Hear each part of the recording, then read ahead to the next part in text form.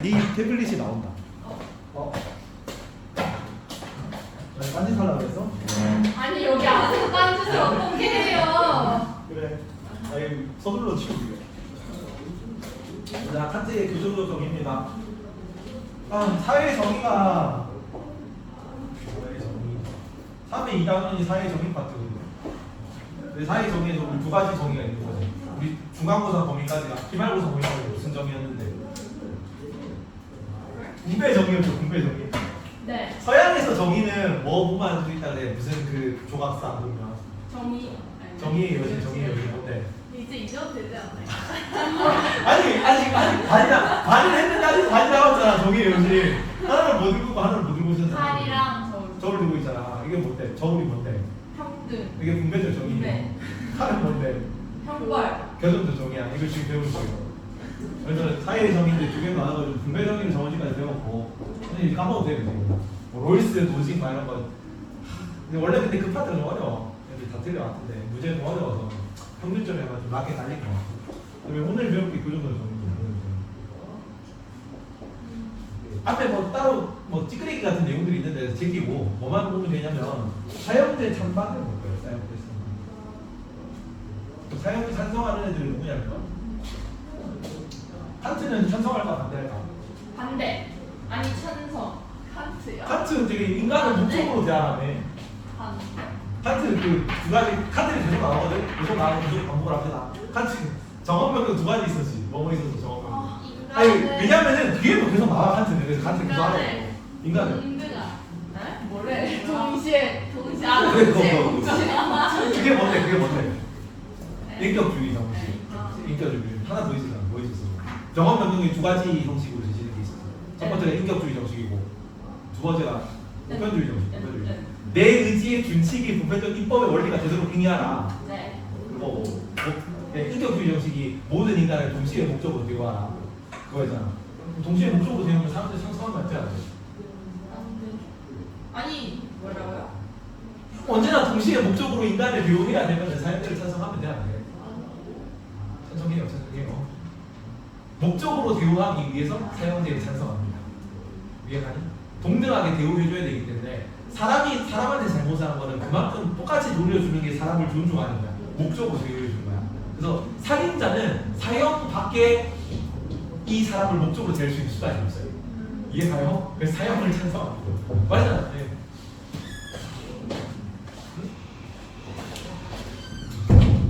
말하자면 도덕적 사이코패스라고. 도덕적 사이코패스. 그래서 그 사람을 존중하기 위해 인간적으로서의 존중하기 위해 살인자를 찬성하는 거예요. 누가 반대한다? 된다. 된다. 그렇지. 또 미는 된다면 공리주의라서 그 공리주의는 뭐가 키워드야? 뭐를 감소시키고 뭐를 증가시키고 싶어해? 공리주의. 고통을 감소. 그렇지. 고통을 감소시키고 쾌락을 증가시키고. 그래서 된다면 찬성일까 반대일까? 아니지. 찬성일 수도 있고 반대일 수도 있어요. 왜? 뭐 하면 찬성이야? 사회 전체 이익이 올라가면 찬성이고, 그러니까 그거는 다른 거지. 이 사용을 통해서 사회 전체 이익이 올라가 그러면 그 사용은 찬성해야 되는 거고, 이 사용은 사회 전체 이익이 저하돼, 이 사용은 반대해야 되는 그럼 거야. 저하되지도 않고 적어되지도 않으면 어떡해요? 해도 되고 안 해도 되는 거죠. 에이. 뭐 조금이라도 차이가 날 거잖아. 조금이라도 차이 나는데 조금이라도 이득이 있으면 사용하는 거고, 조금이라도 손해가 있으면 반대하는 거죠. 근데요, 근데? 범죄자를 죽이는데 죽이는데. 손해가 왜 있어요? 범죄자 자신의 고통이 사회의 예방 효과보다 더 크잖아. 그럼 범죄자도 동일한 개인이잖아. 고통과 쾌락을 느끼는 개인이잖아. 아니죠. 범죄자를 죽임으로써 사람들한테 이제 표본이 되어줄 수 있는 거예요. 그게 사회 범죄 예방 효과인데 범죄 예방 효과가 극히 미비하고 너무 사형제 이런 게 일상화된 식 사회야. 그래서 이걸 사용한다 그래가지고 오늘도 한 명 죽었네 뭐 이런 느낌이야. 사람들이 별 감흥이 없어. 근데 이 사형수가 느끼는 얘는 되게 정신불안에 걸려 있어가지고 사용하면 너무 고통스러워 뒤질 것 같아 하면서 쾌락의 역시 이게 고통의 역시 너무 높은 거지. 그러면 이 사형을 시키면 안 돼요. 벤담 반대로 이해하니? 얘의 고통이 더 크기 때문에 이걸 통해서 얻는 이익은 미비하잖아. 이해가죠? 그래서 벤담은 중도적 입장입니다. 그리고 또 누구 나왔니? 이건 겨울방학 끝머리에 잠깐 했다. 사회계라고 얘기하기 전에 누구 나왔어? 루소라는 사람 나왔어. 찬성이 사형제 반대. 찬성이 루소고요. 칸트고 요 가운데다가 벤담이 왔다 갔다 하고 중요한. 찬성하는 반대하는 사람이 누구? 루소라는 사람이다. 루소는 어떤 사상가로 내가 예전에 가르쳤었어. 끄트머리에 잠깐 했다. 기억이 안 날 겁니다. 힌트. 그 뭐 시민혁명 전에 시민혁명에 뭐에 영향을 받았다. 칸트, 홉스, 루소를 같이 나왔지. 그치, 사회 개혁론자. 사회 개혁론자는 왜 사회주의에 반대할까? 사회 개혁론자의 루소. 힌트. 아니 나 여기 찬성이다. 미안하다. 사회 찬성이다. 사회 개혁론자가 찬성하는 게 자, 우리가 인간의 생명을 존중해주고 재산을 보호해주고 생명권, 재산권, 자유권을 보호해주는 이유는 뭐예요? 자연권을 보호해주는 이유는 뭐야? 계약을 했으니까 사람들이 국가가 왜 국가라는 게 나타났어? 개인의 자연권, 그러니까 생명권, 재산권, 자유권을 보호하기 위해서 국가가 만들어진 거야. 근데 얘가 계약을 맺었잖아. 생명권, 자유권, 재산권을 상호 보호해주기로. 근데 계약을 얘가 먼저 어긴 거죠. 그러면 얘는 보호해줄 필요가 있어? 없어. 그래서 먼저 선빵을 날린 게 범죄자가 먼저 날린 거예요. 국가 계약을 먼저 어긴 거야. 얘는 계약을 어긴 당사자니까 계약의 대상에서 제외된단 말이야. 국가가 더 이상 얘를 보호해줄 필요가 없어. 비벼서 알레르기성 비염 약간 있거든요. 그래서 좀 피곤해요. 요새 잠을 좀 제대로 못 자고 일할 게 너무 많고 수업이 너무 많고 약간 이제 녹화될 중입니다. 불만이 많은데 왜냐면 제티는 불만이 많다. 제티는 불만이 많은데 어쩌게 난 너무 행복합니다. 수업을 이렇게 많이 할 수 있어서. 그래서 루소 같은 경우는 이제 이 살인자들은 서로의 그 생명과 재산을 지켜주자는 이 상호 계약을 먼저 위반한 사람으로 보는 거예요. 얘는 지켜줄 필요가 없는 거죠. 원래 이걸 지키기 위해서 국가가 만들었는데 먼저 계약을 어긴 사람이 쟤니까 뭐 계약 대상에서 제외. 그래서 굳이 생명 재산을 지켜줄 필요가 없으니까 사용해도 돼. 이렇게 합니다. 그리고 여기는 사회계약론자랑 공리주의랑 둘 다 공통되는 사람이 한 명 있었어요. 베카리아라는 사람이에요. 베카리아만 사용자를 반대할까요? 왜 반대할까요? 저번에 그 듀얼 코어, 소드, 마검사 이러면서 얘기했다. 공리주의랑 사회계약론 둘 다. 뭐라고요? 마검사 뭐야? 마법도 쓰고 칼도 그 검사도 하는 거잖아. 마검사. 듀얼 코어. 실존하는 게 아니야. 아니 뭐 그런 개념이라고 판타지 소설에 나오잖아요. 베카리아. 아니 판타지 소설에 마검사가 나오잖아. 네. 이도류 양쪽 할 수 있는 거지. 그래서 그 사회 계약론도 그 성격도 가지고 공리주의 성격도 가지는 거예요. 둘 다. 베카리아는 공리주의 입장에서는 공리주의 입장에서는 사형제보다 사회 전체의 이득이 큰 형벌이 있어. 사형제는 그 사회 전체의 이익을 올려주는 게 미비해. 그래서 사형시키지 말자고. 뭐가 더 이득을 크게 주는 게. 정신력을 이 기억이 아마 안 날 건데 벤담이 양적 공리주의였죠. 기억나요? 양적 공리주의이기 때문에 모든 쾌락의 질적 차이는 없고 모든 거는 양적으로 취합할 수 있어. 그렇기 때문에 쾌락을 뭐 할 수 있어? 계산할 수 있어요. 기억나죠? 쾌락 계산법 해가지고 7가지 그 쾌락 계산의 기준들이 나왔었어요. 기억나죠? 이거 내신 이번에 뭐 사고 윤사는 나와가지고 외우라고 했거든. 뭐 생존이니까 그 정도까지는 아닌데 강지 합근 다순범인데 이게 벤담 7가지 쾌락 기준이야. 이거에 따라 뭐 강도가 높고 지속성이 높고 확실성이 있고 근접성이 있고 다른 생산하는 게 많고 쾌락을 생산하는 게 많고 쾌락이 순수한 쾌락, 그러니까 뭐 고통으로 변질되지 않는 그런 쾌락, 그리고 범위가 넓은 쾌락이 양적으로 많은 쾌락이야 라고 할 때 여기 두 가지 아이디어를 누가 넣었냐면 베카리아는 아이디어를 넣었어요. 벤담이 얘보다 뒤에 인물이거든. 그래서 이때는 공리주의라는 개념이 아직 등장하기 전이야. 베카리아 때. 근데 베카리아 시기부터 이런 공리주의와 관련된 개념들이 혼자 연구를 해가지고 벤담이 공리주의를 만들 때 베카리아가 많이 참고를 했어. 기억나죠? 겨울방학 거 기억이 안 나지?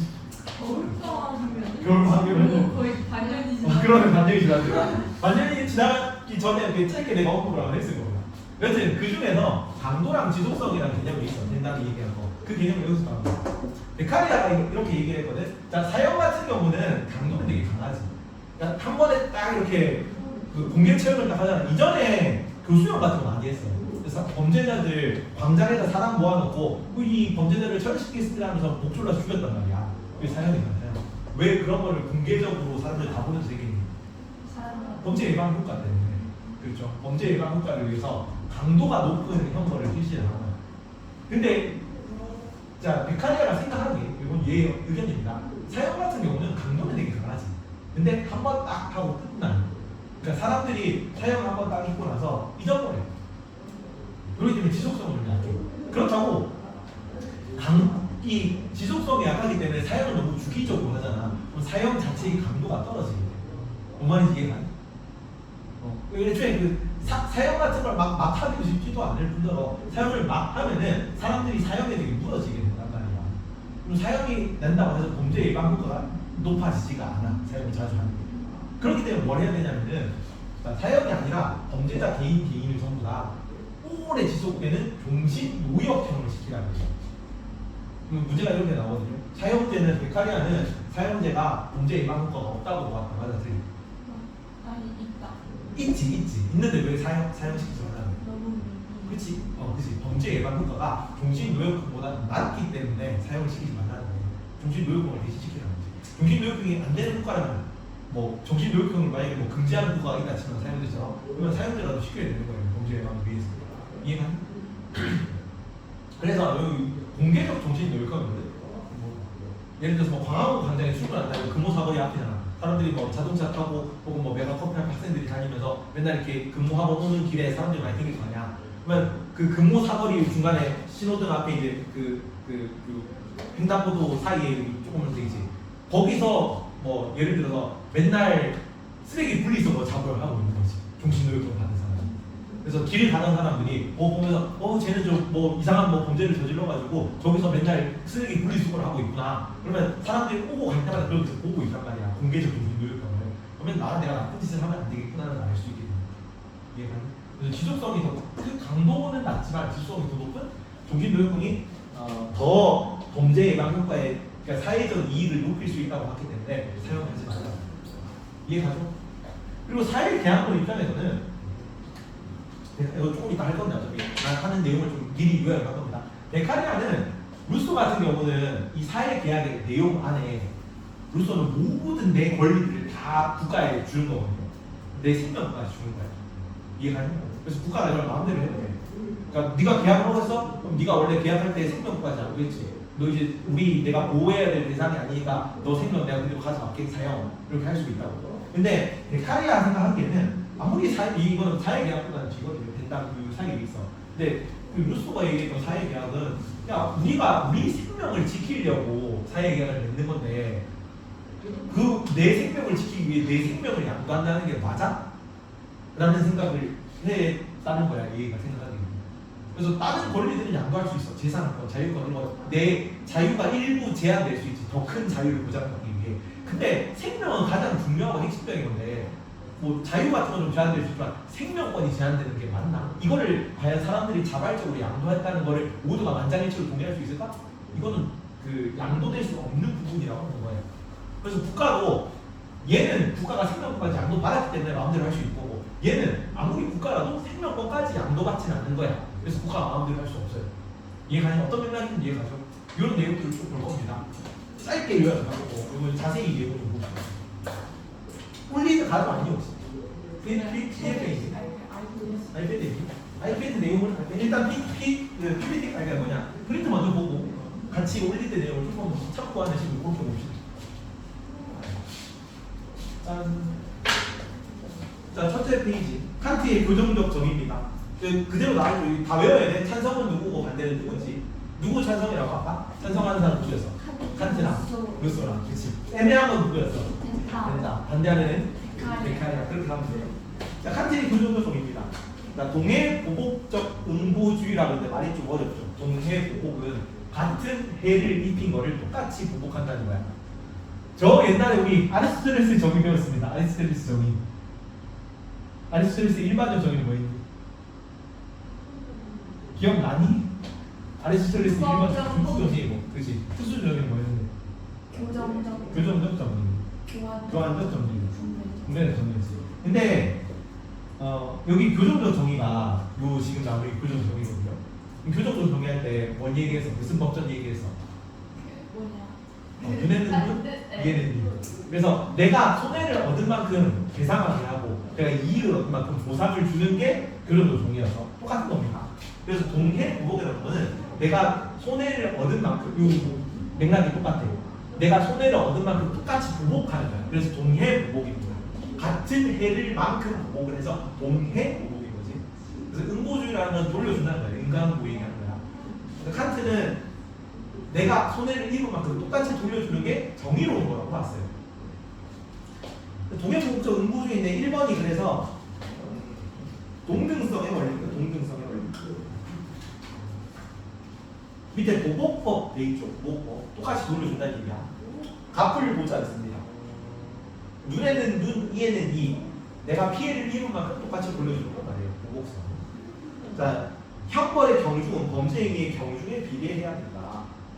내가 범죄자한테 형을 내리는 게 집행하는 게 얼마만큼 집행을 해야 된다고?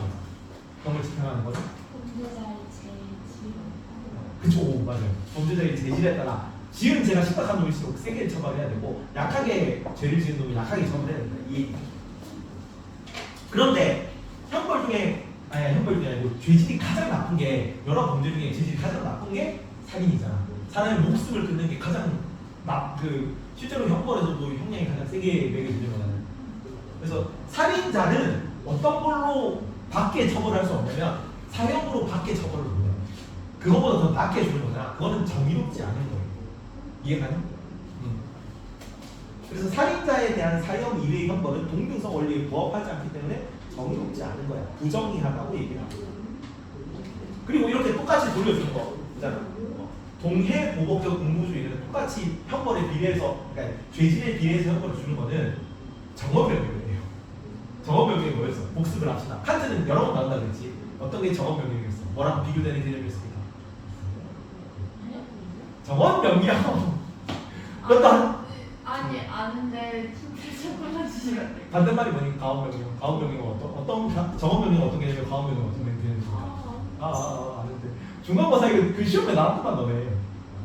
3개월이 지나긴 했죠. 정언명령은 말을 정자를 쓰고요. 말을 정자. 가언명령이 가짜 말이고 이건 진짜 말이야. 가언명령이 거짓 가짜 씁니다. 가언이 조건이 있는. 오, 그렇지. 맞아. 정언명령은 여기는 반드시 따라야 할. 여기는 조건문이고 여기는 무조건문이야. 네. 근데 이 정언명령의 형태로 제시되는 게 아까 두 가지 정식이 있었잖아. 보편주의 정식과 인격주의 정식. 여기는 도덕 법칙은 뭐냐면 자연 법칙하고 똑같은 거예요. 이것도 예전에 설명했다. 자연 법칙은 칸트가 딱 등장하던 시기가 산업혁명 초반기예요. 과학가 막 발전하는 그런 시기라고. 막 증기가 막 하면서 생산이 풍부하는 시기라고. 그래서 과학에 대한 뭐 믿음, 신뢰 이런 것 때문에 철학에 대한 약간 인기가 좀 시들해지던 시기입니다. 그래서 철학의 위기가 와요. 철학가를 가는 사람이 없다 그랬어. 그래서 과학에 대해 그때 당시 사람들은 막 과학, 물리 막 이런 것처럼 과학 법칙, 자연 법칙을 찾는 거에 막 되게 혈안이 돼 있던 시기라고요. 그런 것처럼 뭘 찾고 싶었던 거예요. 도덕 법칙을 찾고 싶었던 거죠. 이해가니? 그 만유인력의 원칙을 뉴턴이 발견했죠. 만유인력의 원칙. 그러면은 지구상에서 어디든 간에 특수한 그게 없으면은 그냥 내가 손을 딱 놓잖아. 그러면은 보드마카는 바닥으로 떨어지잖아.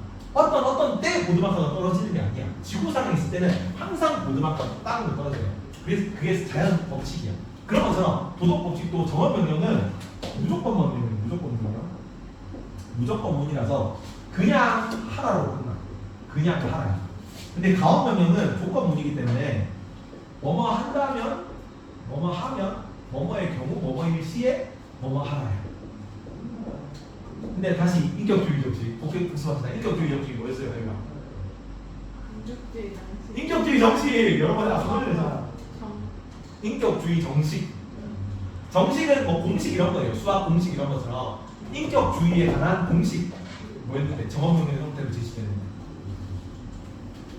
모든 사람을 동시에 목적으로 대우하고 인격주의 정식입니다. 뭐라고? 모든 사람을 동시에 목적으로 대우하라고. 그래서 수단으로 절대로 대우해서는 안 된다는 아니랬어요. 수단으로도 대우할 수 있는데 동시에 목적으로 대하면 됐었죠. 기억나지? 근데 모든 사람을 동시에 목적으로 대우하라의 앞에 뭐뭐 할 때 동시에 목적으로 대우하라 들어가 안 들어가? 조건이 없단 말이야. 그래서 정언명령이라고. 이해가니? 근데 범죄자에게 동일한 잘못에 대해 동일한 처벌을 하는 것은 정언명령이라고요. 이해가? 조건이 없어. 어떤 경우에 동일하게 처벌해라가 아니라 그냥 동일하게 처벌해요. 이해가? 이거 도덕 법칙입니다. 이걸 따르는 게 정의로운 거예요. 이거는 예외가 없어. 그래서 조건이 없어. 뭔 말인지 이해가요? 그렇기 때문에 그냥 의무를 풀지 말고 따라야 돼요. 왜? 도덕 법칙이기 때문에. 그냥 이 도덕 법칙은 그 칸트가 의지, 이성 이런 거, 자유, 의지, 실천, 이성, 순수, 이성 이런 거 다 긍정했거든요. 그래서 그냥 도덕 법칙은 내 이성으로 딱 하면 이거 맞는 것 같아. 근데 우리가 그냥 일반적으로 생각하기에 잘못을 저지른 놈은 잘못한 만큼 처벌을 해야 된다 맞는 거 같잖아. 그게 도덕 법칙이라고. 그냥 실천 이성으로 파악한 명령이야. 이해가? 그러면 그거는 의무를 가지지 말고 그냥 따라야 돼요. 조건이 없어, 조건이 없어. 그래서 살인자는 그냥 사형 말고 뭐 딴 거를 하는 거는 그냥 무도덕한 거예요. 정의롭지 않은 거야. 왜? 정언 명령이 무조건 뭐뭐 하라니까. 살인자는 그냥 사형을 그냥 의문 여지 없이 그냥 해야 돼요. 이해가니? 그래서 칸트는 무조건적인 사형을 주장합니다. 어떤 말까지 하니까 내일 지구가 내일 국가가 멸망해도 지구가 멸망하는 게 아니라 국가가 멸망해도 그 사회의 마지막 사형수는 살인하고 국가가 멸망해야 된다는 거예요. 공동체가 해체돼야 된다는 거예요. 왜? 그게 정의로운 거잖아. 정의로운. 그러니까 내일 국가가 멸망한다 그래서 만류의 원칙이 사라지지 않아. 그렇죠? 내일 국가가 멸망한다 그래가지고 그 사형수가 그 도덕 법칙이 지켜지지 않아야 될 이유는 하나도 없다. 맞죠? 그래서 뭐 이런 얘기까지 하는 거고. 자, 행동의 법칙은 그래서 2번이 정언명령입니다. 정언명령.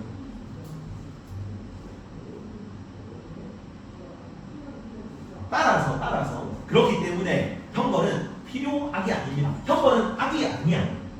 누가 악이라고 할까요? 형벌을. 누가 그러니까 필요악이라는 게 왜 내가 이거 가로 꺼놔서 필요악이 아니라고 써놨어요? 누가 필요악이라고 하니까 되겠지. 누가 필요악이라고 보겠니? 공리주의에서. 베카리아도 공리주의니까 이런 맥락이 나올 수 있죠.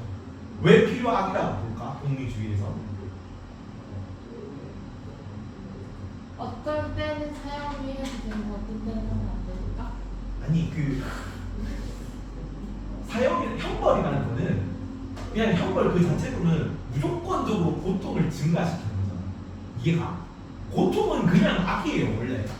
근데 어떤 경우에 이게 증가가 된다고? 고통은 증가되지만 그것보다 사회의 범죄 예방도가 더 클 때 이게 나쁘지만 필요한 나쁨이 될 수 있다고. 그래서 필요하다는 단어를 쓰는 겁니다.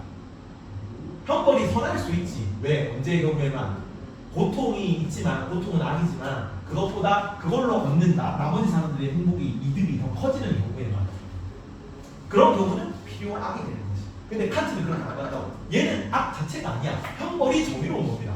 동해법을 돌려주는 거예요. 이해가요? 좋습니다.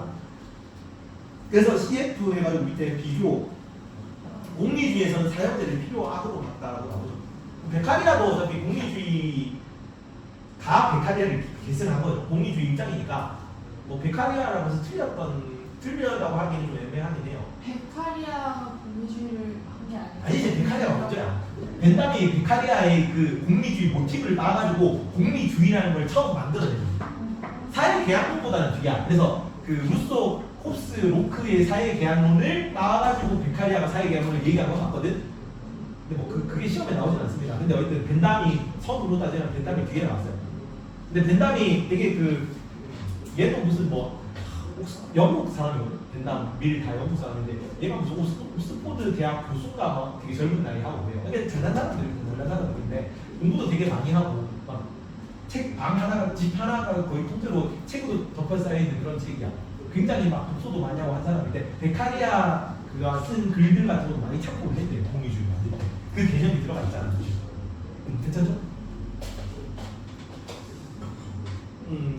그래서 형벌은 오직 범죄자가 범죄를 저질렀다는 사실만을 이유로 시행해야 된다. 다른 이유가 없어. 그게 정언명령이기 때문에. 그 의무를 가지면 안 됩니다. 조건을 따지면 안 돼요. 왜 그래야 돼? 아니야. 도덕 법칙이기 때문에. 자연 법칙에는 이유가 없잖아. 만유인력 이유가 있나? 그냥 하는 거지. 그래서 형벌은 정의를 실현하는 수단일 뿐이다. 다른 어떤 선을 위한 사용으로 수단으로 사용돼서는 안 된다가 왜 나오는 거냐면 다른 어떤 선을 위한 수단으로 사용하는 애들이 있으니까 그렇지. 공리주의. 수단일 뿐이면 수단으로만 생각을 한다는데 혹시 목적으로도 생각을 하는 그거는 인간을 인간만? 인간을 목적으로 대하는 게 정원 명령이고 여기는 정원 명령은 그냥 하라는 거잖아. 근데 뭐뭐를 위해서 하라는 거는 조건부이잖아요. 다른 어떤 선을 위해서 예를 들어서 사회의 전체적인 이득을 위해서 공리주의 입장인 거잖아. 사회의 전체의 이득을 위해서 전체적인 이득이 있을 때 사용을 실시하라. 이거는 조건부이잖아. 가원 명령이지. 그러면 안 된다. 그래서 여기는 그냥 하는 겁니다. 정원 명령이기 때문에 도덕 법칙이기 때문에. 이 다른 어떤 선에서 이 밑에 나오는 얘기가 공리주의사라는 얘기야. 뭐 사회 정치 예방이라든가 교화라든가 공리라든가 그런 거 생각하지 말라는 거죠. 얘는 뭐였어? 공리주의랑 칸트랑 최초에 나왔을 때 뭐로 비교했어요? 일단에서. 왜 일단에서 생각과 유리아 사상 내용이거든요. 공리주의 칸트에 나오는 내용들이. 근데 그런 걸 일단에서 배운 이유가 이거야. 둘 다 고정 공리주의자인데 여기는 칸트는 의무론이고 공리주의는 얘는 결과론이었단 말이야. 그래서 얘는 결과는 중요하지 않아요. 그냥 뭐에 따라 행동하는가가 중요한 거야. 내가 도덕 법칙을 따르려는 의지에 따라 행동하는 것만이 선한 거야. 결과는 상관없어. 근데 얘는 결과는 상관이 없는 거야. 아니 얘는 과정이 상관이 없는 거지. 결과론이기 때문에. 결과적으로 사회 전체의 공리를 증진시켜야 선인 거야. 이런 맥락인 거예요. 그래서 여기서 다른 어떤 선을 위한 목적이면 안 된다. 도덕 법칙을 따르려는 의지로만 가지고 해야 선한 거다. 결과는 어떻지? 그래서 요 칸트 이 중간고사에서 내가 특이한 내용인데 칸트에서 도덕 법칙에 부합해 도덕 법칙에 부합하는 모든 행위가 부합하는 행위는 의무의식에서 비롯된다. 맞아 틀려? 맞죠. 도덕 법칙에 부합하는 모든 행위가 의무의식에서 비롯된다. 맞아. 아니지. 왜? 도덕 법칙에 부합할 수 있잖아. 결과적으로는. 왜요? 쟤는 결과 안 보잖아요. 얘는 결과를 안 보는데 결과적으로 그렇게 부합하는 행위일지라도 의무의식에서 비롯되지 않은 경우도 있다고. 예를 들어서 기부를 하는 거는 우리가 일반적으로 생각하기에 도덕 법칙 같잖아. 선한 거 같잖아. 기부를 하는 건 선한 거라고 치자. 한테 그런 얘기는 안 했지만 그러니까 도덕 법칙으로 기부를 해라. 아무 조건 없이 그건 선한 건데 내가 자기 만족이나 혹은 뭐 동정심이나 이런 거 따라 기부를 했으면 그거는 도덕 법칙에 부합하는 행위이긴 하지. 결과적으로는. 근데 그거는 의무의식을 비롯되면 아니잖아. 동정심이나 뭐 자기 만족 같은 감정은 의무의식이 아니니까. 이해가요? 이거 뭐 약간 비슷한 맥락으로 너네 중간고사때 나왔었어. 쉽지 않죠? 원래 생존 유사 뭐 이런 게 윤리 내용이 이런 식으로 말장난들이 많아서. 파이팅. 근데 여기서는 뭐 그 사용자 얘기니까 저렇게 완전 똑같이는 안 나올 거고 저번에 한 것처럼 뭘로 나왔지 칸트 뭐 성상품화 이런 거에서 인격주의 정식으로 같이 관련돼서 나오거나 뭐 이런 식으로 나올 수 있어요. 여기서도 뭐 굳이 따지자면 인간을 목적으로 대우해야 되잖아. 왜 사용을 시켜야 돼? 인간을 목적으로 대우해야 되는데 사용을 시키는 것만이 그 사람을 목적으로 대우하는 거기 때문에 이런 식으로 인격주의 정식이 나올 수 있어. 하율이 뭔 말인지 이해가니? 사람을 목적으로 대우하라며. 근데 사용을 시켜주는 게 그 사람을 목적으로 대우하는 거예요. 왜? 동일한 잘못을 동일하게 대우를 해주는 게 그 사람을 인간으로 대우해 주는 거예요.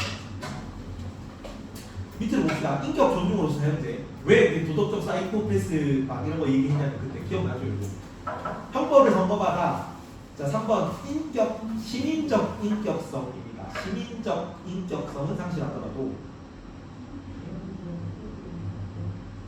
생득적 인격성은 상실하지 않는다. 시민적 인격성은 뭐냐면 이렇게 설명해놨죠. 시민으로서 존중받는 인격성, 법정의 선고를 통해 상실 가능한 인격입니다. 그러니까 내가 딱 태어나잖아. 태어나가지고 우리가 이렇게 국가에 대해서 가지는 권리들이 있잖아. 투표권, 참여권 이런 거 있잖아. 그다음에 뭐 재판 청구권 이런 거 있잖아. 사형을 선고 받으면은 주민등록번호가 말소되는 딱 그래. 내가 듣기로. 그럼 이제 뭐 투표권도 없고 뭐 이렇게 사람으로 좀 이렇게 국가의 시민으로 대우를 안 받는 거지. 이해가요? 그게 시민적 인격성이에요. 그래서 사형제를 선고받고 뭐 범죄자가 구형을 선고받고 그러면 그 나라 국민으로 취급을 안 해주는 게 시민적 인격상실이야. 혹은 국외 추방된다든가.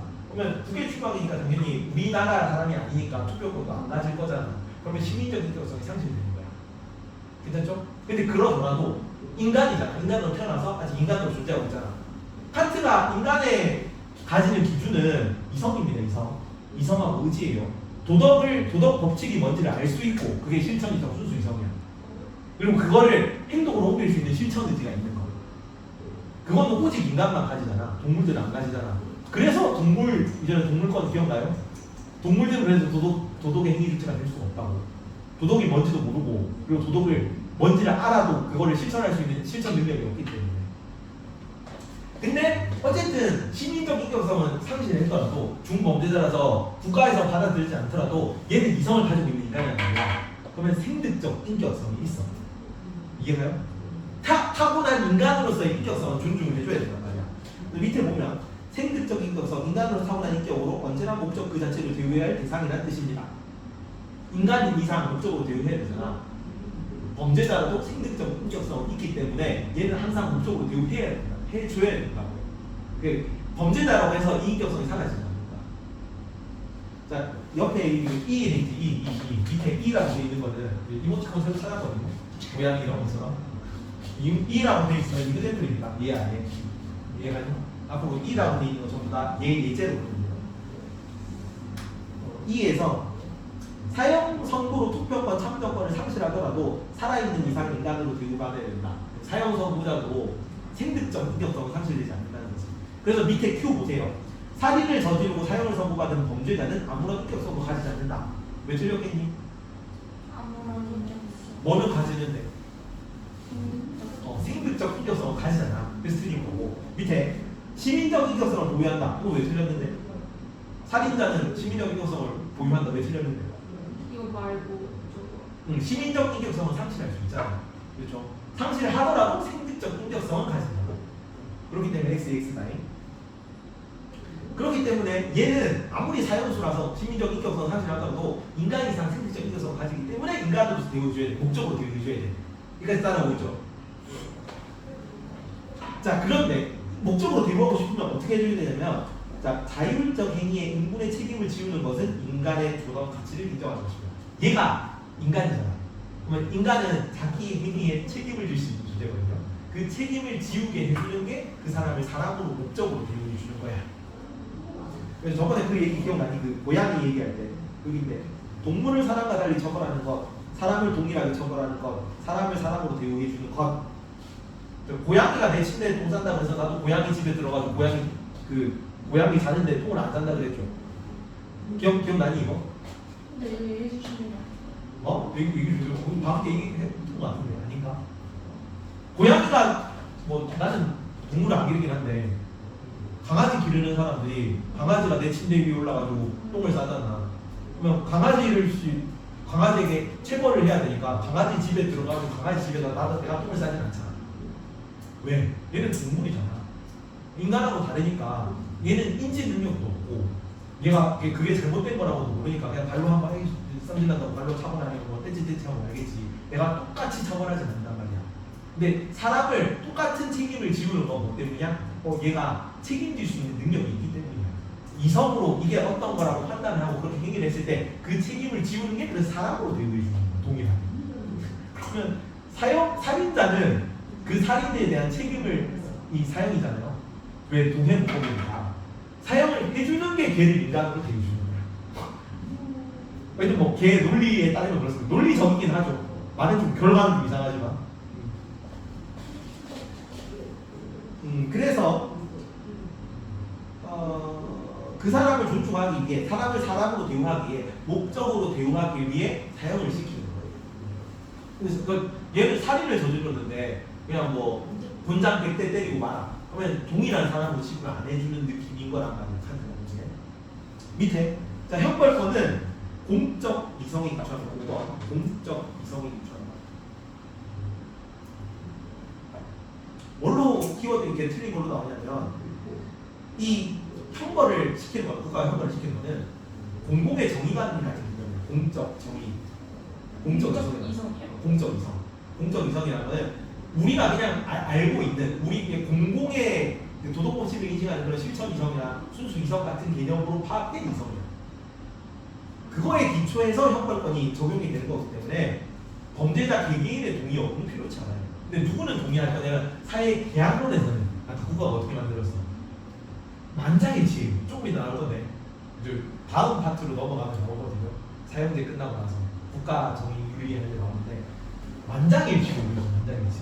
그래서 개개인들이 다 왜 아까 루소가 사형권을 사형을 시키는 게 정당화 됐지? 범죄자도 동의했으니까.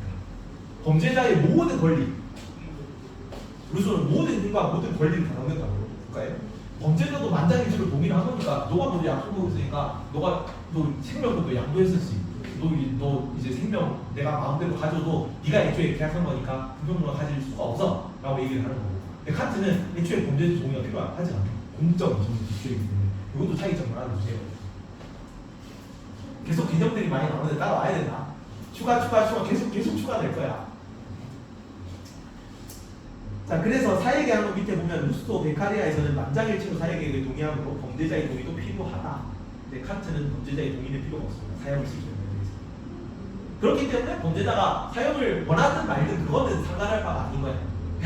얘가 싫어하더라도 내가 너를 목적으로 대우하기 위해 사형을 시키는 거예요. 사회 정의를 위해. 자, 그리고 이거는 약간 변명하는 그런 뉘앙스인 것 같은데, 나 완전 동의를 안 해. 범죄가 너무 싫어해 이런 거를 막 강제로 한다 그러면은 약간 좀 그렇잖아. 약간 그래서 나름대로 범죄자를 위하는 뉘앙스로 뭔가 변명처럼 하나 덧붙이는 게 이거야. 범죄자가 살인을 하게 되면 죄책감을 느낀대. 죄책감 안 느끼는 척하지만 실제로 느끼고 있대. 그래서 죄책감을 덜어주려면 어떤 방법밖에 없냐면 사형밖에 없어요. 그래서 사형을 하는 거는 단순히 사회의 정의고 도덕 법칙을 따르는 것뿐일 뿐만 아니라 범죄자를 위한 것이기도 하다. 이런 식으로 자기 논리를 정당화시키는 거고. 지가 좀 얘기하고도 말이 좀 이상했던 것 같아. 그래서 그냥 이렇게 슬그머니 하나씩 더 붙이는 거예요. 사형을 통해 고통을 덜어주는 것이 저런 좀 그렇게 많다. 유용성 원리에 따라 사형의 존재를 보호하는 것은 이런 것도 있어. 사형제가 뭐 옳다 그르다.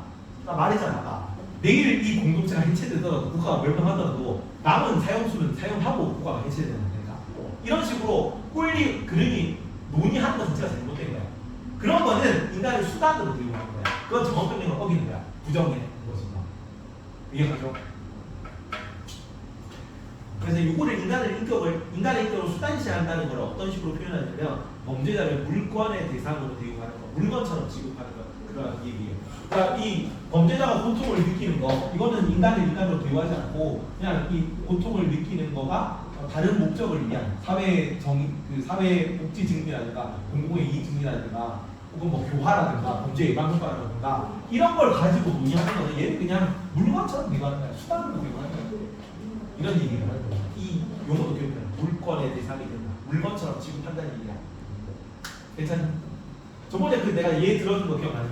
막 그 스릴러 영화 같은 거 한 편 찍으면 막 좋을 것 같다고.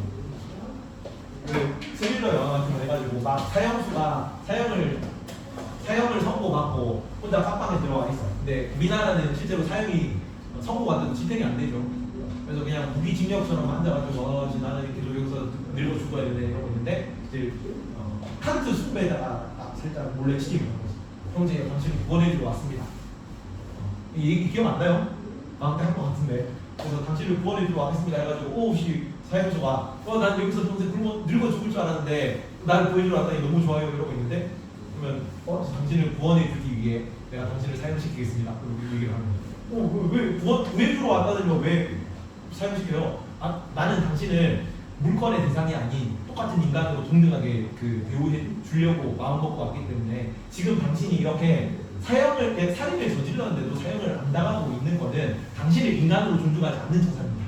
나는 당신을 동등한 인간으로 대우해 주어야 되기 때문에 목적으로 대우할 것이기 때문에 당신에게 맞는 인간으로서 대우하기 위해 당신을 사형에 처하겠습니다. 그리고 당신은 지금 본인은 그렇게 느끼지 않는다고 생각하더라도 사실은 영혼 내부에서 극심한 죄책감에 시달리고 있어요. 그 극심한 죄책감에 끝내는 방법은 유일하게 당신의 목숨을 끊어주는 것밖에 없습니다. 그래서 당신을 구원해주기 위해 내가 당신의 목을 집었습니다 하면서 딱 삶을 지키는 거지. 그러니까 그래서 도덕적 사이코패스라고 부릅니다. 도덕적 사이코패스죠. 일어서 앞으로 루소 넘어가서 네.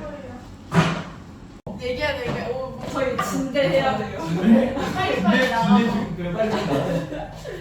아, 여튼 그 차별적인 사랑이기 때문에 유교의 일은 그걸 비판하면서 겸해라고 하는 거예요. 겸해. 모두를 차별 없이 동등하게 사랑하라고. 그래서 우리 아버지랑 나의 아버지 똑같이 사랑하는 거죠. 그래서 동양의 예수고 해라죠. 예수랑 같은 개념이고. 유교의 인의 발해를 비판한다 이런 내용도 아니고. 6번이 교리입니다. 교리. 이익으로서 사귀게 한다는 있고 교리. 이익으로서 사귀. 상호 이익을 추구한다. 누구랑 비슷해? 된다고 비슷해요. 그래서 이익으로서 뭘 한다? 이익으로서 사귄다. 사귈 교자. 교제한다. 뭘 사가요? 이익으로서 교제한다고. 이익이 서로 사귀는 이유가 이익으로서 교제한다고요. 이익이 되는 걸로. 국가랑 팀이요? 국가 아니 여기는 사람들 사이에 국가랑 똑같이 모든 사람들끼리 서로 상호작용하는 건 뭘 위해서 하냐면 이익이 증진되는 경우에 한해서 이득이 될 때 교류를 한다. 그래서 이익으로서 사귄다. 상호 이익을 추구하는 겁니다. 누구랑 비슷해? 된담이랑 비슷해요. 된담도 사회 전체적인 이익을 늘리는 거였죠. 그래서 유교에 나중에 생존하면서 5단원에 예술윤리 이런 거 나오거든. 예술할 때 예악 사상이 나와요. 예. 음악하고 예를 같이 강조하는 건데 예악 사상에서는 그게 아니라 비악 사상을 주장하는 거예요. 음악 금지입니다. 음악 금지. 음악이 쓸데없는 사치스러움 이런 거를 강조한다고 생각했거든. 그래서 먹고 사는데 필수적인 게 아니라 음악에 빠지면은 생업을 좀 등한시하게 되고 그러면 사회 전체적인 이익이 감소한다고 본 거예요. 그래서 묵가는 교리, 겸해 이런 개념만 알면 되게 묵가가 되게 전쟁 이런 거 반대하거든. 왜 전쟁을 반대해? 왜 전쟁이 싫다고 했을까? 상호 이익이 안 되니까.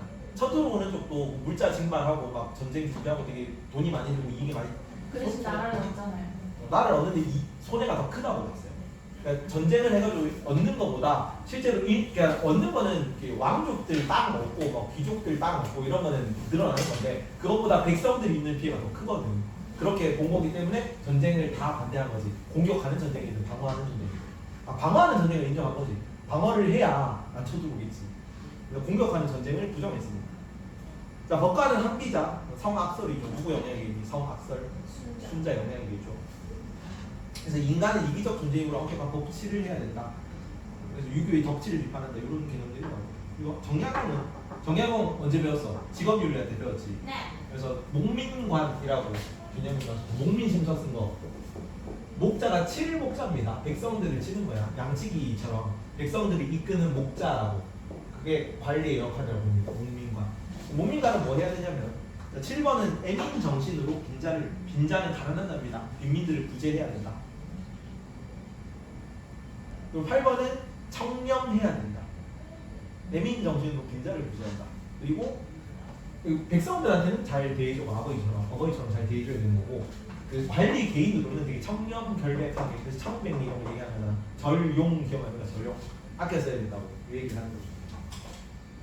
이 아래쪽이 요거는 생균 기본적인 내용이에요. 요 정도는 필수적으로 알고 있어야 되는 내용이고 요 뒤에 나와 있는 게 약간 심화 개념이야.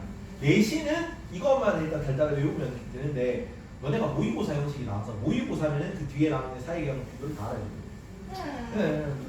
근데 내신에서 배우는 거는 뒤에까지 안 배우는 거 아니에요? 어디? 요거?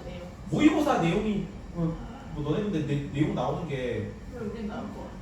아 근데요 그 약간 모의고사 형식으로 나온다. 너네 분배정의가 어렵게 나와요. 분배정의를 봐서는 내용이 추가로 나. 분배정의 낸 거를 보면 개념이 좀 어렵게 나오는 편이고. 학교에서 안 배웠는데도요? 학교에서 안 나온 거다 나왔잖아. 안 나온 게 다 나왔다고요? 쟤는 이런 거. 해야 되는 거 아니에요? 모의고사에 나오니까. 아니 그럼 모의고사를 너네 학교에서 교과서에 재능의 분포 이런 얘기 제대로 안 나와. 근데 뭐 너네 시험에 중간 기말고사 시험에 나오더만. 재능의 분포 이런 거. 근데 그거 신고해도 되는 거 아니에요? 근데 너네 프린트에 다 있어요. 그래서 그래서 약간 가불긴 게 수업 자료 나눠준 거에서 다 낸 건데 모르면 어쩔 수가 없죠. 그리고 그 수업 자료는 약간 뭐 EBS 이런 거에 나오는 거 그것은 아니에요. 교과서는 별로 안 중요해서 그래서 약간 너네 그 성동고는 올해는 바뀌었고 올해는 모의고사식으로 나옵니다. 작년까지는 이렇게 교과서를 되게 딸딸딸 외웠어요. 작년 규칙 풀려면. 근데 뭐 교과서가 기본 교재긴 한데 약간 모의고사랑 동떨어져 있거든요.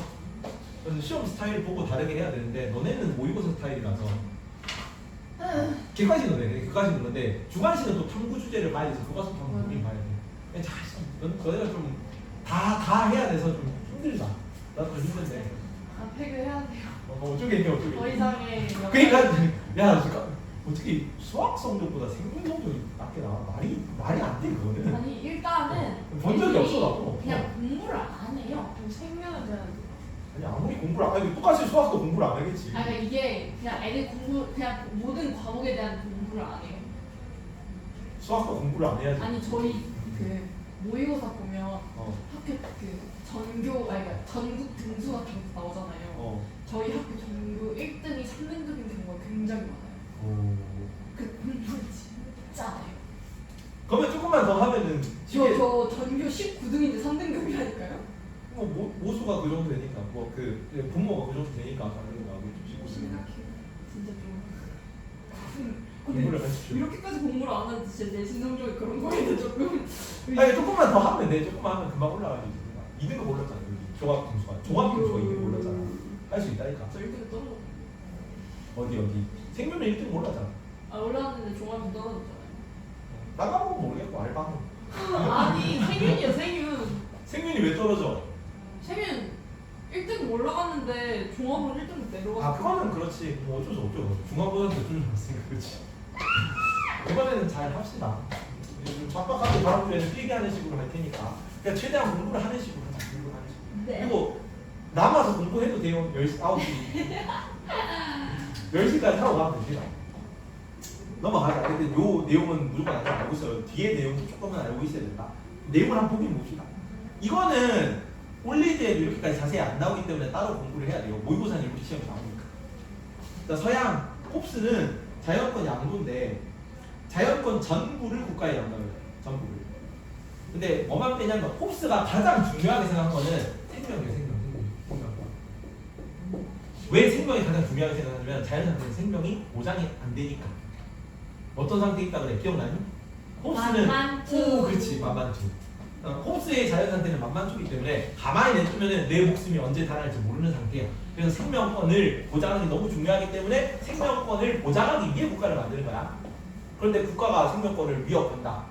그러면 국가에 따를 의무가 좀 떨어지는 거예요. 그래서 소극적 저항을 할 수 있어. 도망가는 형태 뭐 이런 식으로. 생명 그 자체에 대한 권리를 제외한 자연권 전부를 국가에 양도합니다. 근데 이 자연권에 대해서는 만물에 대해 힘을 사용할 권리 뭐 이런 식의 표현을 썼어. 그렇기 때문에 이 국가는 누구를 얘기하냐면 군주를 얘기해요. 군주 주권론입니다. 그래서 몇 번이냐? 9번이 군주 주권론입니다. 군주 주권. 홉스, 로크가 둘 다 있잖아. 홉스, 로크가 딱 태어났던 시기가 절대왕정 시기입니다. 근데 절대왕정 시기 다음에 사회계약론이 나오고 나서 그 다음에 시민혁명이 터지는 거거든. 처음에 홉스가 딱 그 사회계약론 같은 걸 얘기를 하면은 절대왕정을 옹호하기 위한 목적으로 했어. 자, 처음으로 딱 신한노 개척 이후로 중세에서 근세로 바뀌었거든. 신한노 개척해가지고 여기 있는 막 많은 자원들을 따라오고 있니? 얘들아? 여기 신한노 개척해가지고 신대륙에서 발견한 많은 자원들이 유럽으로 옮겨갔단 말이야. 그래서 금, 막 이런 거 막 얻어가지고 왕실 국고가 부유해지니까 왕권이 강해질 수 있었다고. 이 돈 많아진 걸로 군대를 양성하고 지방 영주들 반항하는 거 군대 가지고 때리 패고. 그래서 관료제 상비군, 세금 거래에 대한 관료제 같은 거 정비하고 지방 세력들 반발하면 안 되니까 상비군 같은 거. 상비군이 항상 가지고 있는 군대예요. 이런 거 막 정비하고 하니까 왕권이 강해진 거야. 그래서 그걸 왕권 신수설이라고 하는 거죠. 이 중세, 근세 시작할 때 이래요. 중세가 끝나면서 나타나는 겁니다. 근데 이 왕권 신수설은 단점이 뭐야? 왕권 신수설. 진짜니까 개구라니까. 개구라잖아. 어디 뭐 왕건이 신으로 등록한 게 아니라 그냥 아버지한테 부여받는 거잖아. 핏줄 때문에. 권력은 어디서 나는 거야? 신이 내린 게 아니라 이 부르주아들이 낸 세금으로부터 오는 거. 그 세금으로 운영되는 군대의 힘으로부터 오는 거죠. 왕권은. 그렇죠? 그래서 혹시 생각해보니까 왕은 자기가 그 신으로부터 권위를 받았으니까 정당하다고 하는데 이때 당시 이 신항로 개척이 국가 주도로 이루어졌지만 거기에 참가한 수많은 중상 상공업자 세력이 있어. 여기 무역을 통해서 떼돈을 번 초기 자본가들이 있단 말이야. 걔네들이 세금을 내가지고 얘네들이 주관해보니 강해진 건데 이 왕을 먹여 살린 건 누구야? 우리잖아. 우리 시민 계층이잖아. 시민. 그래서 나중에 근대 시민 혁명이 나오는 거야. 그래서 이 시민 혁명들이랑 왕이랑 좀 갈등이 생기려 그러니까 홉스는 최초에는 왕권을 옹호하려고 사회 계약서 같은 거 얘기를 한 겁니다. 그 홉스는 일생 동안 집사로 늙어 죽었거든요. 얘는 가난한 지식인 계층이야. 근데 이때 당시는 공부를 많이 한 지식인인데 돈이 없잖아. 그럼 뭘 하냐면은 가정교사래요. 가정교사. 근데 그래서 평생 귀족 그 집안에 부유한 집안에 가정교사를 했는데 가정교사가 지금은 가정교사인데 그때 당시 가정교사는 뭐로 겸직하냐면 집사예요. 집사. 그래서 일생을 귀족 집안 집사로 일했던 사람이에요. 근데 그러면 보통 저걸 옹호하지 않지 않아요? 아니 근데 이게 두 세력으로 갈려져 있거든. 그때 당시 초기 영국이야. 그 홉스는 영국에서 태어났던 영국인인데 초기 영국에서 시민혁명이 나오는 걸 중간쯤까지 본 거야. 그래서 기억나니? 청교도혁명, 명예혁명 이런 거. 청교도혁명 때 왕이 목이 잘리거든. 왕이 목이 잘리는 걸 보고 되게 충격을 받아 얘가. 없어요? 없어요. 청교도혁명을 목도합니다. 그래서 왕권이 쓰러져 가는 시점에서 이런 걸 사회를 보고 왕권을 다시 왜냐면 이 홉스가 모시던 귀족 집안은 친왕파거든요. 그래서 얘가 왕 목이 달아가면서 원래 영국에 있다가 프랑스로 망명하고 그래요. 그래서 다시 왕권을 그러고 나서 다시 왕정이 복구되거든. 크로멜 독재 이런 거 세계사에 좀 나오는 분량인데 이런 것까지 막 알 필요는 없어요. 근데 다시 왕권이 복귀됐으면 좋겠는 거야. 이 홉스가 생각하기에는. 그래서 왕권을 강화하기 위한 수단으로 사회 계약론 같은 거. 야 부르주아 너네가 그 돈을 내가지고 왕관이 강해진 거 맞아. 근데 그거는 너네 생명권을 보호하기 위해서 너네가 자발적으로 동의해가지고 왕한테 권력을 양도한 거야. 그래서 불만이 따라야 돼. 불만 있으면 어쩔 건데 만만투로 돌아갈래? 그것보다는 지금 상태가 더 낫지 않을까? 왕이 막 왕권을 막 엉망으로 비틀고 독재를 하더라도 이런 얘기를 하는 거지. 근데 역설적으로 이 사회 계약론이 널리 받아들이고 나서는 이게 절대 왕정을 전복시키는 그 뒤엎는 역할을 하게 돼요. 나중에. 로크 루소로 가면서 이 절대 왕정적인 색채가 점점 빠지거든요. 왜냐하면 왕권들이 점점 약해질 거고 상공업자, 도시 상공업자, 부르주아적인 계층이 권력이 점점 강해질 거니까. 그래서 사회 계약론 색깔이 조금 바뀌는 거죠. 이해가? 알 필요는 없어요. 여기까지는 알 필요 없고 그냥 이 내용이 뭐 배경까지는 알 필요가 없고 너무 내용도 많고 뭐 알면 도움이 되겠지. 그런데 문제 푸는 데는 도움 안 되는데 그냥 부르주아 계층이 도시 상공업자 계층이 권력이 강해지니까 돈을 많이 버니까 왕권이 점점 약해져간다. 이 정도만 이해하세요. 그래서 처음에는 국왕의 권력을 굉장히 강조하는 형태로 사회계약론이 출발을 했는데 나중에는 부르주아지들의 권력, 그러니까 상공업자 시민계층의 권력을 더 강화하는 형태로 사회계약론의 형태가 좀 변화하는 거예요. 그래서 처음에는 절대 군주제였는데 나중에는 이제 국민주권론식으로 가겠죠.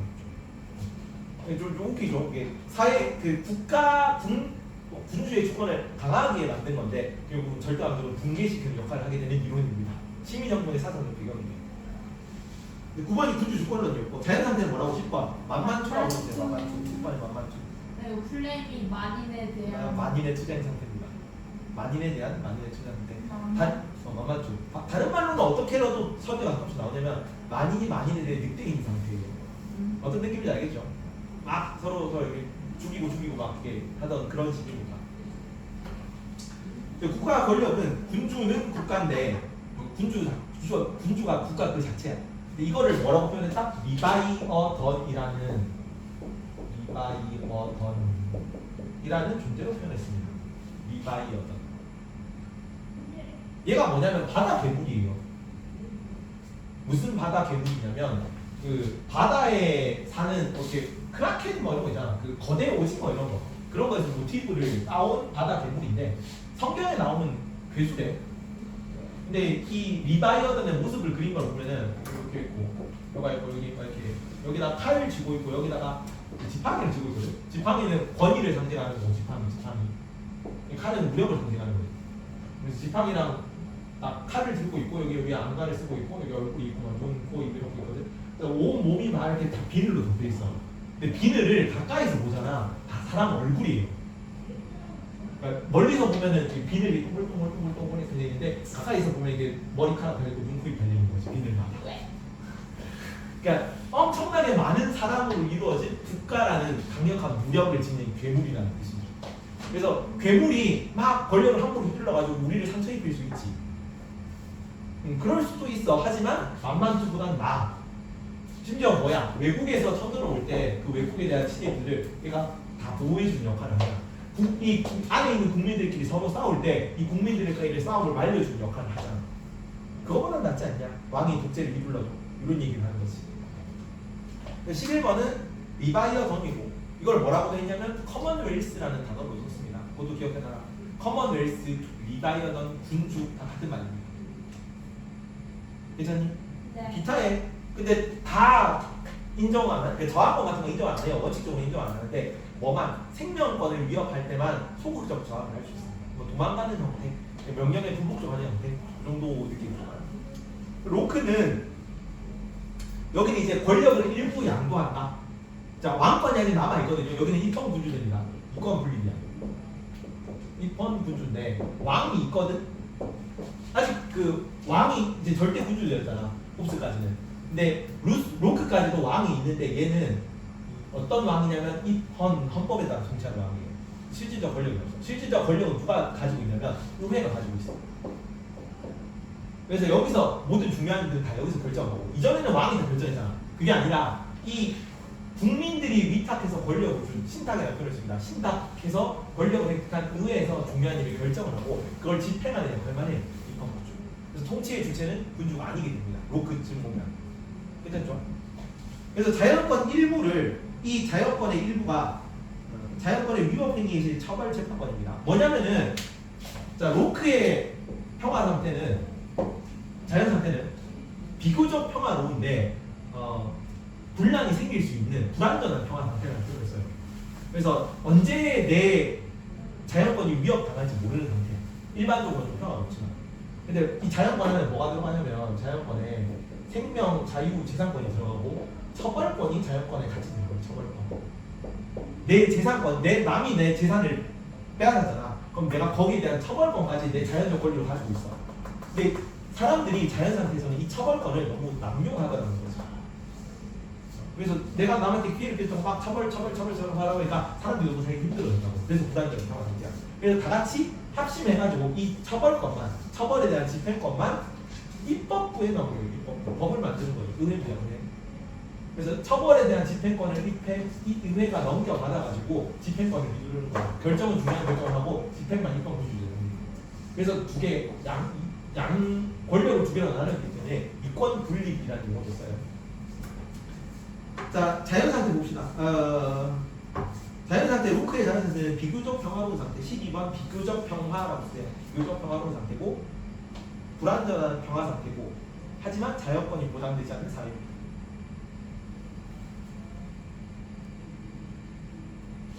자, 그리고 국가 권력은 누가 왜 준 거냐면 자연권 침해에 대한 처벌권을 입법부에 위탁해서 넘겨가는 거예요. 국가가 입법부에 넘겨줘. 입법부.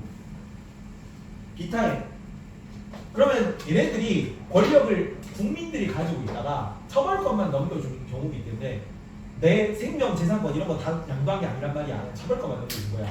뭐 국가가 내 생명 재산권 양도하지도 않은 생명 재산권 이런 거를 침해해. 그러면 내 처벌권 잘 행사하라고 넘겨준 건데 권력을 왜 너 내가 넘겨주지도 않은 거에 침해? 너 역할 제대로 하는 거 맞아? 없앨 수 있어요. 그래서. 이게 저항권이에요. 저항권. 그래서 저항권이라든가 혹은 법에 따라 통치해야 되지. 왜? 입헌 군주제니까 헌법에 따라 통치하는 군주죠. 국가 군주 역할이 줄어든 거예요. 그래서 법치주의라는 용어도 나오는 거고 입법과 입헌 군주제와 의회를 나눠놨기 때문에 왕을 아직까지 부정하시는 못해. 왕이 아직 살아있어요. 아까 절대 군주제에서 조금 얼마 안 지났어. 왕이 아직 살아있기 때문에 입헌 군주제고 근데 이제 권력은 많이 줄어든 거지. 그리고 시민들의 대표를 뽑은 의회가 있어. 의회까지 있기 때문에 이권 분립, 입법, 행정이 나눠져 있다. 이런 표현을 씁니다. 그리고 루소는 조금 더 갑니다. 이제 왕의 존재가 없어. 그러니까 아직까지 왕은 남아있거든요. 왕은 남아있는데 왕의 존재를 부정하는 이상적인 그 정치 형태를 제시해. 직접 민주제입니다. 여기는 왕이 없죠. 직접 민주제는. 우리가 정치를 직접 하는 거잖아. 시민들이. 그래서 여기는 뭐 어떤 표현이 나와요? 모든 힘과 권리라는 표현이 나와요. 자연권하고 비슷한 의미를 쓰는데 자연권이라는 단어를 직접 얘기하지 않아. 모든 힘과 권리를 자기 자신에게 양도한다는 표현을 써요. 그래서 자기 자신에게 양도하기 때문에 직접 민주주의예요. 무슨 말인지 이해가니? 나한테 내가 권리를 양도한다고. 그래서 나한테 있는 걸 나한테 하면 다시 모른다고요? 아니 나한테 있는 권리를 우리라는 국가가 직접 내가 직접 정치를 하는 주체잖아요. 국가 업무를 내가 직접 의사를 결정하고 집행을 할 거라고 직접 민주주의니까. 이 국가에다가 권력과 힘을 양도하는 거면은 내가 정치에 참여하기 때문에 나한테 양도하는 거랑 같다는 의미예요. 그래서 그냥 내가 그치. 국가에 양도를 하는 건데 그 정치의 참여 주체, 집행 주체가 나기 때문에 나한테 양도하는 것과 똑같은 거야. 그래서 양도를 하는데 나한테 양도하는 표현을 쓰는 거예요. 직접 민주주의 표현을 쓰는 거예요. 이해 가죠? 그래서 자기 자신에게 양도한다. 국민 주권이고 이 국가에 양도하는 거는 이 국가는 뭐를 대표한다 그러냐면 일반 아까 뭐였어요? 무슨 의지 제너럴 윌 일반 의지를 대리하는 존재입니다. 국가는 일반 의지를 대신 집행해 준다는 거예요. 루소는 자연권 개혁이 모든 힘과 권리 이게 자연권이다 사실. 자연권이라는 단어를 직접 언급을 하지 않고 그걸 전부 자기 자신에게 양도하는 거죠. 국민 주권이죠. 일단 루소의 자연 상태에는 자유롭고 평등하지만 사유재산 이후로 불평등이 발생한 사례가 13번은 사유재산. 처음에는 성악설이고 그 다음에 성무선악설이고 그 다음에 성선설이거든요. 그래서 루소의 자연 상태에 가장 평화가 나타납니다. 요때가 혁명 직전이야. 프랑스 혁명 직전이라고 되게 혼란이거든. 왜 성선설로 본가면 역설적으로 지금 세상이 너무 혼란스럽기 때문에 이것도 되게 웃겨요. 이게 성선설인데 지금 세계가 너무 혼란한 걸 보고 야, 이 혼란함의 원인은 뭐냐? 사회 제도다. 그럼 사회 제도가 나오기 전에 어땠을까? 좋았겠지. 그래서 인간 본성은 선한 게 아닐까? 이렇게 보는 거예요. 이해가요? 완전 역으로 가는 거죠. 그래서 이 나름 약간 반전을 주려고 무슨 비종시 학술 대회가 거기 최우수상 논문을 최우수상을 탔거든요. 그 논문 때문에 유명해진 거라 가지고 이게 성선설로 나오는 겁니다. 그래서 처음에 인간 상태는 자유고 평등했는데 사유재산이라는 게 등장하고 사회라는 게 만들어지기 시작해요. 사유재산 등장 이후로. 그러면서 불평등한 사회가 만들어지고 불평등한 사회를 탈출하려고 사람들이 사회 계약을 맺은 거예요. 그래서 두 개로 나눠요. 자연 상태와 사유재산 이후의 사회 상태와 그 다음에 사회 계약 이후의 사회 상태 세 개로. 그래서 여기는 자연적 자유는 없어. 불평등이 발생하고 난 이후는 자연적 자유가 없고 그래서 자연적 자유가 없어졌기 때문에 국가라는 걸 만들어서 시민적 자유라는 걸 만든 거예요. 직접 민주주의 참여하는 게 그 개념이야. 따라오고 있습니까?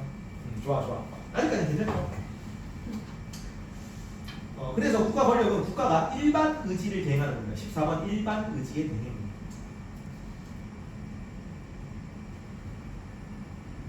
주권은 국민이 가지고 있죠. 직접 민주주의. 그리고 주권은 전부 다 양도되지 않는다는 표현을 써. 로크가 처벌권을 위탁했잖아 아까 의회한테. 근데 처벌권을 위탁했는데 처벌권을 대리한다는 개념이고 주권은 양도하는 개념이 아닙니다. 주권은 다 그 시민들이 주권을 가지고 있어. 근데 홉스도 주권을 양도하지 않거든요. 근데 홉스의 주권자는 군주예요. 그래서 주권이 양도되지 않아. 그래서 셋 다 공통적으로 나와요. 주권은 양도되지 않는다. 괜찮죠? 셋 다 주권은 양도되지 않지. 주권은 근데 주체가 다른 거지. 로크, 루소는 시민들이 주권의 주체인 거고 그 홉스의 주권자는 절대 군주입니다. 절대 군주. 저 홉스는 개인한테 주권이 없다고 보는 거예요? 개인한테 주권이 없죠. 군주만 주권이 있습니다.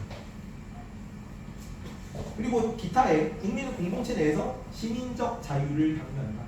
15번 시민적 자유를 강조한다. 이 시민적 자유는 자연인 상태의 자연적 자유와 구별됩니다.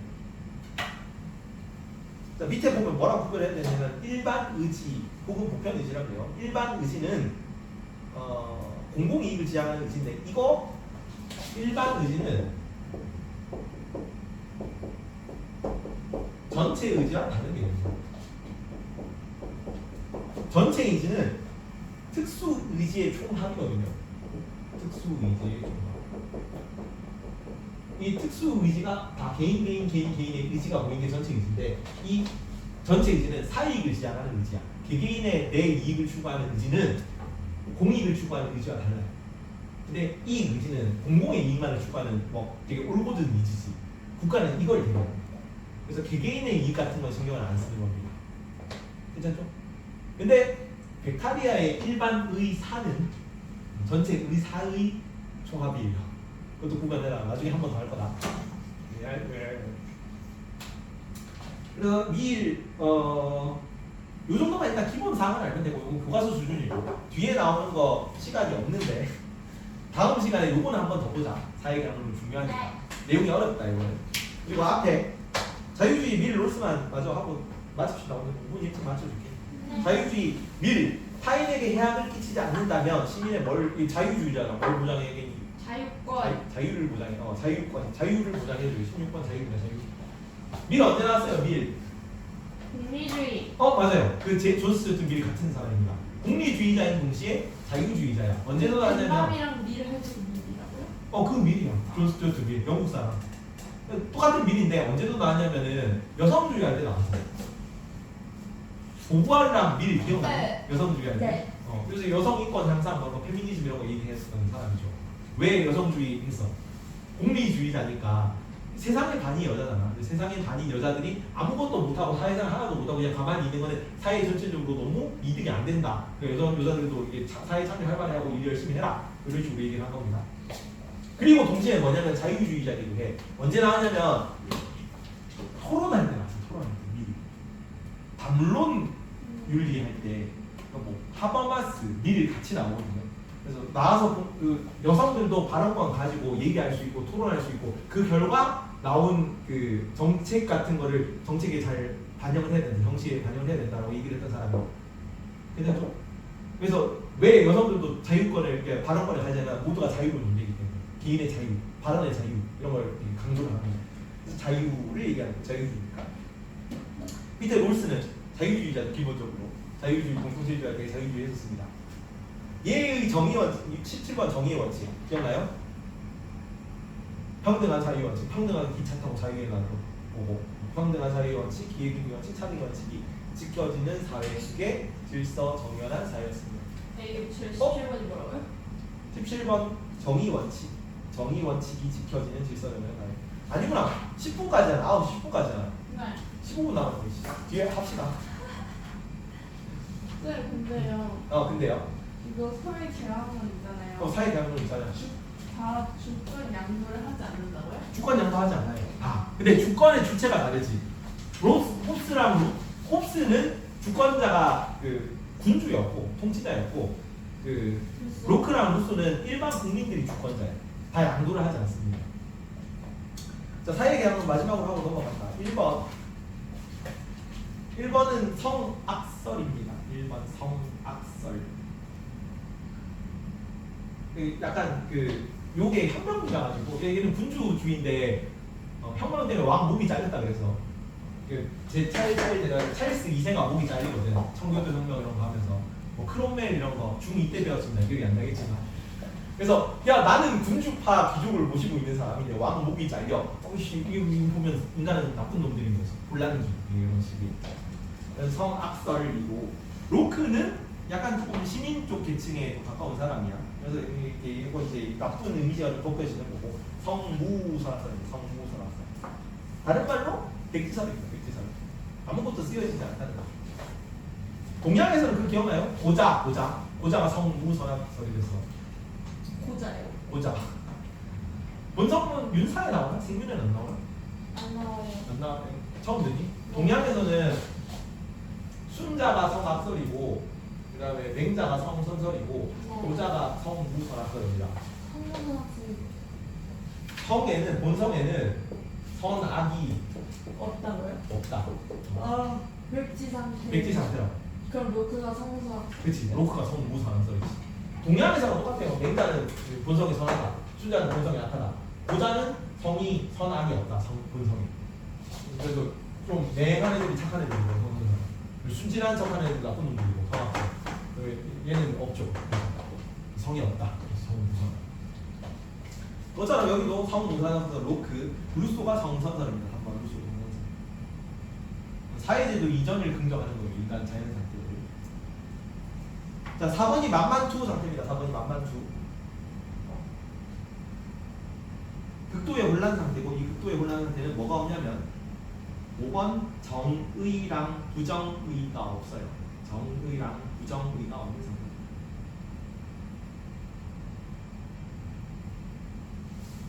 6번은 자 얘는 성선설이기 때문에 만만추 상태보다 훨씬 나은 상태야.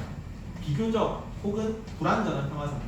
비교적 평화로운 상태 혹은 불완전한 평화 상태. 하지만 자연권은 보장되지 않는다. 왜 그러냐면 밑에 봅시다. 자, 로크의 자연 상태에서 개인은 두 번째 거 보자. 자연 상태 밑에 이게 별표처럼 두 번째 거. 로크의 자연 상태에서 개개인은 자연권으로서 자연권 침해에 대한 처벌권을 보유한다. 남이 내 재산 훔치면은 내가 걔를 처벌해도 돼. 그게 나의 자연적인 권리입니다. 오케이? 근데 자 자연 상태에서는 공평 무사한 법관이 없어. 내가 10만 원 훔치면은 10만 원만큼 얘를 처벌해야 된단 말이야. 근데 내가 10만 원 훔쳐서 기분 나쁘다고 100만 원, 1000만 원만큼 얘 갑자기 막 때려 죽여. 그럼 이제 10만 원한테 너무한 짓하잖아. 그런 게 만연하는 상태라고 자연 상태. 이 공평 무사한 법관의 부재 상태 때문에. 그래서 자연권 처벌이 너무 남용돼서 사회가 혼란하는 경우라서 자연권 처벌에 대한 집행권을 입법부에 위탁합니다. 그걸 신탁이라고 표현해요. 믿고 맡긴다는 겁니다. 믿고 맡긴다. 신탁. 루소 같은 경우에는 루소의 자연 얘는 성선설이잖아. 그래서 자연 상태가 자유롭고 평등한 사회야. 하지만 뭐 등장 이후에 사유재산 이후에 불평등이 발생했습니다. 7번 사유재산 등장 이후 불평등. 자 밑에 보면 이거 세 단계로 나눠서 봐야 돼요. 자, 루소의 자연 상태는 평화로우나 국가 권력, 사유재산 등장 이후 불평등한 사회 상태로 이행했다. 최초의 자연 상태에서 인간은 자연적 자유를 향유하지만 평화로운 상태라고. 불평등한 사회 상태에서 자연적 자유를 상실했다. 왜? 사유재산의 등장 때문에. 이거 따라오고 있니? 그래서 이에 따라 국가를 만들어 자연적 자유를 시민적 자유로 복원했다. 자연적 자유가 없단 말이야. 사유재산이랑 불평등 때문에. 그래서 국가라는 형태를 만들어서 시민적 자유라도 누리자라고 한 거야. 그렇게 약속하기로 한 거야. 자, 국가 형성은 홉스는 6번이 신약입니다. 신약. 같은 말인데 다 비슷한데 신탁이나 신약이나 그거나 그건데 여기는 믿음의 약속이라는 뜻이야. 신약. 6번이 왜 다시 나오죠? 어? 야, 뭐야 이거 씨. 큰일 났네. 뒤로 밀어요? 그러네. 6번에다 두 개 써. 6번, 7번에다 두 개 쓰세요. 고쳐서 다시 올려줄게요. 신약이라고요? 6번이 신약입니다. 신약. 믿음의 약속이라는 뜻입니다. 신뢰의 약속. 그게 신약이에요. 그래서 이 신약으로 만드는 게 리바던이 뭐였어? 국가를 뭐라고도 불렀다? 커먼웰스라고 불렀습니다. 커먼웰스는 번역하면 공동 이익으로 번역해요. 공동의 이익을 위한 뭐 결집체 같은 개념인 거지. 그리고 8번이 신탁입니다. 신탁. 신탁은 믿고 맡기는 게 신탁이에요. 그리고 9번이 입법부 구성입니다. 입법부를 구성합니다. 10번은 아까 뭐랬어요? 보편의지. 다른 말로 루소는 루소의 국가는 뭐를 대리하는 문제로? 일반 의지를 대리하는 문제. 일반 의지를 통해서 시민적 자유를 획득하는 루소의 국가는. 그리고 홉스는 절대 군주주의, 전제 군주제도 있죠. 절대 군주주의 국가입니다. 절대 군주주의.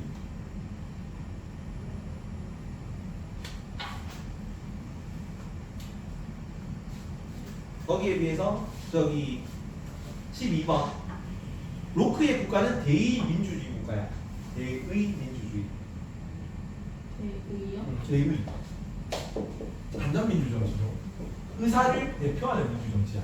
대표를 뽑아가지고 걔네들한테 정치를 하게 하면 대의민주주의입니다. 오늘날 일반적으로 다 대의민주주의. 왜 대의민주주의인지? 의회한테. 대신. 네. 왜 대의민주주의야? 대신. 대신하라고. 누구한테? 의회. 의회한테. 그렇지. 의회한테 권력을 맡긴다 했잖아. 의회는 우리가 뽑은 대표가 정치를 하는 거죠. 그래서 대의민주주의라고 표현을 씁니다. 그리고 이 대의민주주의 주체는 의회인데 집행은 누가 한다? 집행권은 누가 가지고 있다? 입헌구조가 가지고 있어요. 근데 입헌구조가 있어도 별 의미가 없는 게 법에 따라 통치하거든. 법은 누가 만들어? 법은 의회에서 만들죠. 의회에서 만든 헌법에 따라 통치하는 거니까 실권은 의회가 가지고 있는 거야. 그래서 대의민주주의라고 표현을 하는 거야. 이해갑니까?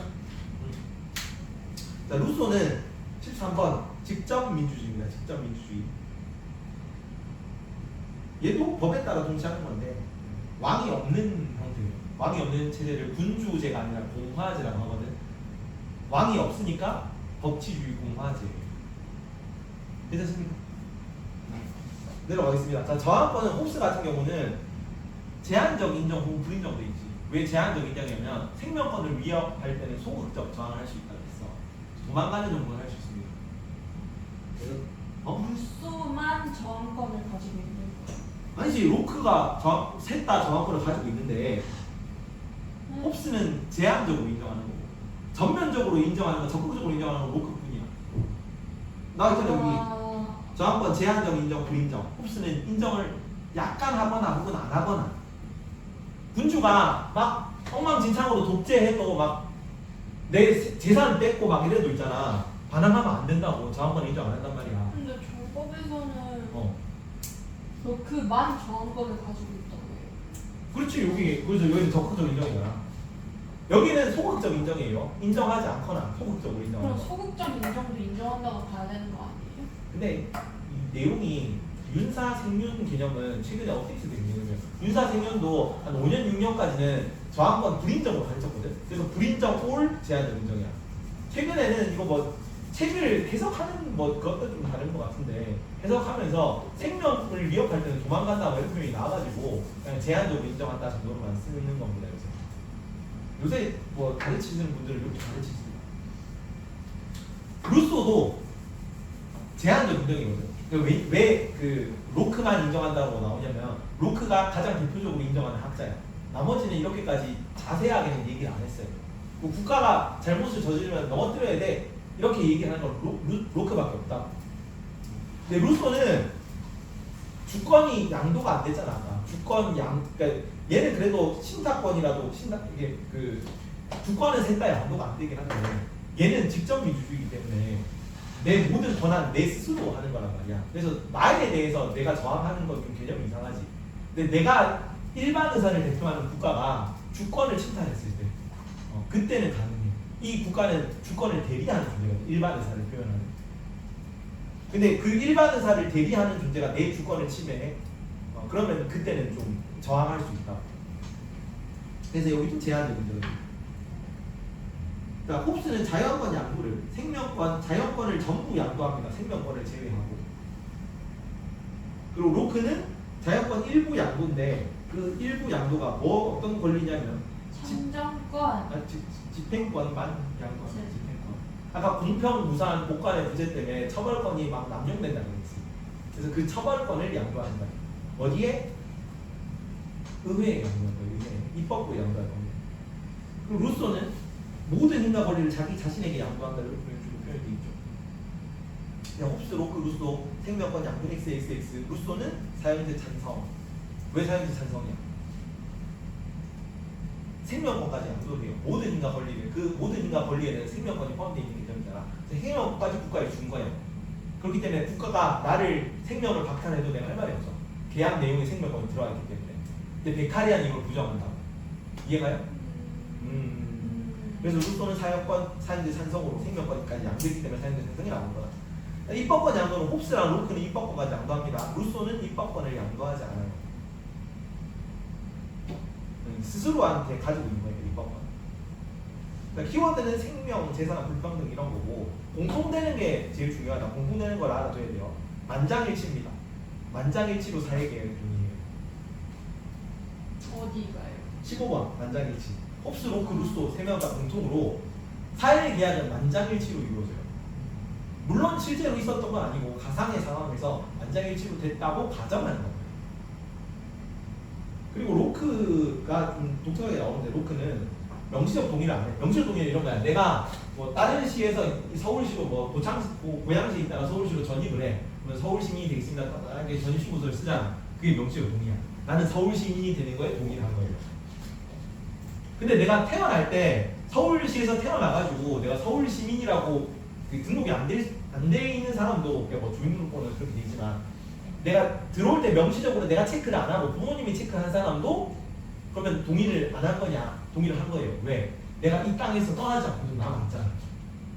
이해가? 내가 정의 이 땅의 통치 체제가 분명히 반대로 떠났겠지. 근데 안 따라고 남아있다는 거는 무슨 묵시적이라는 거라도 동의를 한 거 아니냐 이런 거예요. 그래서 만장일치가 되는 거야. 남아있는 상황에서는 내가 불만이더라도 남아있는 거는 따르기로 동의한 거 아니냐 이렇게 되는 거니까. 이해가지? 그래서 묵시적 동의. 그리고 인간은 이성적 존재라는 건 공통점입니다. 이성이 가지고 있으니까 나의 생명, 재산, 그 생명권, 자유권, 재산권을 보호하기 위해서, 자유권을 지키기 위해서 자유에게 동의한 거야. 합리적인 개인이야. 이성적인 합리적인 개인. 그리고 세 개 다 공통으로 16번 주권은 양보되지 않습니다. 아, 얘기죠. 근데 홉스의 주권자는 군주고 로크, 루소의 주권자는 시민이라는 게 차이점이고, 자 로크가 아까 집행권이라고 했잖아. 그 집행권, 처벌에 그 내가 뭔가를 침탈당했을 때 그 처벌에 대한 권한만 양보한 거지 주권은 여전히 내가 가지고 있는 거야. 루소의 국가하고 일반 의지를 대행하는 거잖아. 일반 의지의 대행일 뿐입니다. 주권은 여전히 내가 가지고 있어. 이해가지? 마지막 이거 하고 마십시다. 자, 로크의 재산은 뭐 생명, 자유 재산을 포함한 개념으로 뭐 이 사유 재산이 등장 아니구나 이거는 로크니까 이 정도만 알아보라는 거야. 중요한 내용은 아닌 것 같고. 로스의 일반 의지는 공익 의지하는 의지고 전체 의지랑 특수 의지의 총합이랑은 다른 얘기다. 특수 의지는 사익을 추구하는 의지다. 여기까지만 합시다. 다음 시간에 우리 교정 조정이 루소부터 하다 말았거든요. 요거는 프린터 없이 그냥 저처럼 필기하면서 수업하겠습니다. 네. 여기까지. 요거는 방학